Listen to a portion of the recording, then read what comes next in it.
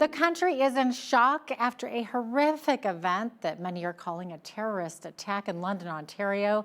An outpouring of grief and words from politicians after four members of the same family were killed by a 20-year-old man driving a pickup truck ran them down. Here to discuss this and other important stories from around the country is Toronto Sun columnist Brian Lilley. Brian, thanks for joining us once again today. And what do you know about the family and what are political leaders saying about them? We're starting to learn little bits about the family, including that the father who was run down in this attack was a physiotherapist who worked at a nursing home, someone that was described in the most glowing terms of looking after the elderly residents. We know that the man accused in the attack is a 20-year-old who is being described as someone who carried out the attack based on the worst hate. And this is what is so shocking to so many people, that a 9-year-old boy, the only one left living after this attack, doesn't yet know, or did not know, he likely does at this point, that his mother, father, grandmother, all killed just while they're out for a walk. I mean, think about how many times each of us has done that during this pandemic, where at times that was all that we were allowed to do. Go out for a walk, enjoy the fresh air, and someone runs you down, someone who doesn't know you runs you down because of your faith. In this case, it was a Muslim family. Put that on your own family for being run down for who you are, for what you believe, for what church, mosque, synagogue you go to. It's a horrific idea that I think is shocking and should be shocking to everyone in Canada. Oh, absolutely it should. It's incredibly sad. And I think police are actually saying that the attacker was known to the family. Those details are a little unclear at this point. Do you know anything? No, not at this point. The last I heard was that they didn't know him, that this was, he just ran them down based on how they looked. But we're going to be finding out more details about both the family that was attacked and the person behind the attack. I mean, this is someone that police were able to find within, it was less than half an hour, I believe, after the attack on Sunday night. So this attack happened Sunday night. The whole nation started to learn about it on Monday morning. By Monday afternoon, police were calling it a terrorist attack. They said that this was based on the family's religion. That would qualify. And for police to use that language, just so that people know, as someone that has covered police across multiple provinces in most major cities of this country, for police to use that language so quickly, they do not normally do that based on a hunch or a whim. They tend to be tight-lipped, and they only say that when they know. So my guess is that they arrested the alleged perpetrator and that he was talking and he was explaining why he did what he did. That is why they're using these terms and why terrorism charges are being considered. It's unbelievable. Now, this has Prime Minister Justin Trudeau urging Canadians to unite together, and it had him calling out hate. But when Trudeau was asked about Bill 21, the bill banning people from wearing religious symbols at jobs in the public service, he appears to have taken a different tone. Yeah, this is a very controversial bill from Quebec that says if you're in the public service, now, if you're already in the public service at the time that the bill passed, which was coming up close to 2 years now, then you're exempt from this. But otherwise, if you are wearing a turban, if you are wearing a kippah, if you're wearing a shawl of any sort of religious symbol, then you're forbidden from taking jobs in the public service. It mandates not having face coverings. And some people might say this is great, but we're talking about religious freedom. And I've always been of the opinion that the government that can tell you what you can and can't wear based on your religion is the government that can tell you what you can and can't believe.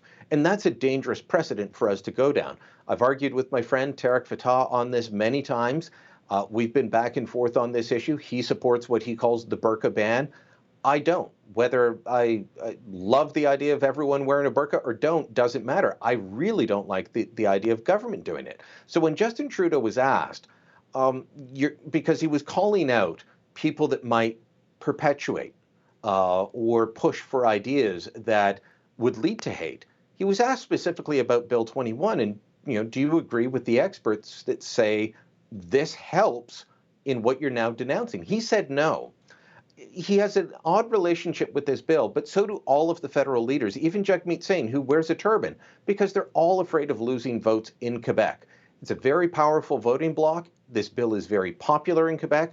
And while the Prime Minister has said some things against it, he's also very careful and very measured. And if this was a bill passed in Ontario, in Alberta, in British Columbia, he would not only be denouncing it, he would be leading the court challenge against it all the way to the Supreme Court of Canada. The fact that he's not speaks volumes about where he's coming from. And quite frankly, I find that sad. It's a little bit of an ironic situation that he's finding himself in, I'm sure. Now, another very sad story coming out recently. So the wake of the discovery of the remains of 215 children in unmarked graves at residential schools, the discussion quickly turned political, including calling for statues to be taken down for schools and other buildings to be renamed. And of course, that's happened in Calgary, it's happening in Ontario. So you argue against this, Brian. Why? For a number of reasons, including the fact that, look, Jeanette, this is not going to improve the living conditions of a single person on a First Nations reserve or community anywhere in Canada. This will not get rid of the boil water advisories. This will not deal with the issues of poverty. What we should be focused on is fixing what does ail the First Nations communities in Canada. They should be full citizens in this country. They should have access to the same systems as those that live around them. Now, I'm not saying that someone that lives in a remote community in northern Alberta is going to necessarily have the access to the same services that I do living in downtown Toronto. They're two very different things, but they should be equal with their neighbors in terms of what they have access to. And in too many cases, that's not the situation that we're living in. But this idea that we take the anger, the righteous anger, the understandable anger of these 215 unmarked graves being discovered, and we will find more at other residential schools, that we take that anger and instead of saying, let's fix the relationship, we say, let's take down that statue, let's rename that building. Well, is it just for Egerton Ryerson, who was an Ontario politician and education activist who, yes, was someone who helped bring about the residential school system, but also advocated for free education for everyone? He is seen as the father of the education system in Ontario and for much of Canada from the ideas he laid down. As I put in a column in the Toronto Sun, our leaders at times have been angels, but they've also been devils. And we need to acknowledge both. They're not perfect, they're humans, they're fallen, and we need to acknowledge that. But are we just going after Egerton Ryerson and Sir John A. Macdonald? Or are we going after every prime minister that oversaw the residential school system? Because that would be everyone up until Jean Chrétien. The last residential school opened in 1976, the very year I started kindergarten. 1976. Pierre Elliott Trudeau opened 7 residential schools. Do we rename the mountain that's named after him, the airport, the countless schools? Or are we just going after politicians that the activists who are behind this don't like? Unfortunately, I think it's that. I'd rather focus on fixing problems in First Nations communities. Yeah, so they're focusing on the wrong thing. Absolutely. Prime Minister Justin Trudeau heads to Britain for the G7 this week and then on to Europe for a couple of conferences. When he returns, though, he won't be staying in the same COVID hotels as regular Canadians. Why not? They're not good enough for him, it seems. Every other Canadian that flies into the country, and it doesn't matter where you're going, you will fly into one of 4 international airports. You will fly into Vancouver, Calgary, Toronto, or Montreal.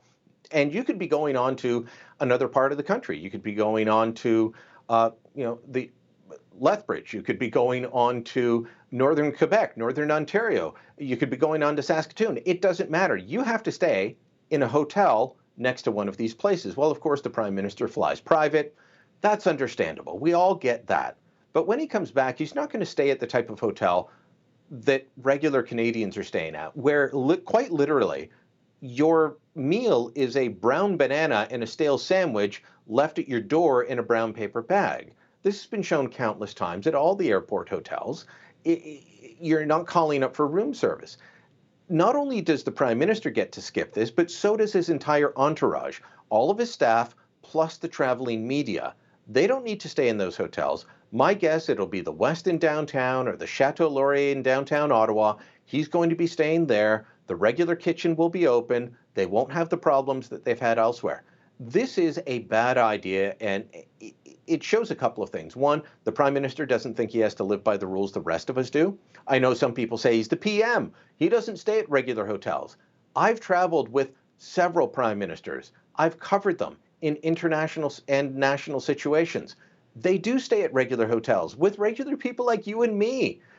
They have security measures put in place, but that's it. So he could stay at these hotels and show that he is not skipping out. But it also shows, I think, Jeanette, that these hotels, it's not based on science. If it were, we'd be staying in them for 14 days. You'd fly in from out of the country, you'd be in that hotel for minimum 14 days. Instead, it's up to 3 days or until your test comes back negative. It's security theater. These hotels should be done away with. His own advisory committee said so. He decided not to. He upped the fines to $5,000 if you refuse, and now he's going into his own hotel that's much nicer than what you and I could stay at. Unbelievable. And of course, speaking of the border, the Canada-US border remains closed to car traffic. And as you mentioned, Canadians can fly to the US and back in those certain airports, but the federal government will soon have new rules, according to reports, to allow the Montreal Canadiens to keep playing at home as long as they remain in the Stanley Cup finals. So do you think that this is special treatment then, Brian? I not only think it's special treatment for NHL athletes, I think it's special treatment for Quebec. The Toronto Blue Jays, Hal's beloved Toronto Blue Jays, are playing in Buffalo, New York, an hour and a half away from Rogers Centre here in Toronto. They're not allowed to cross the border. I'm not sure that the federal government would have made this same change if it were the Toronto Maple Leafs or the Edmonton Oilers or the Winnipeg Jets going on to the semifinals. But it's the Montreal Canadiens. It's that Quebec voting bloc that the Liberals and every other party always want to curry favor with. And it's the team that the Prime Minister and most of his staff like. So I think that they're getting special treatment there.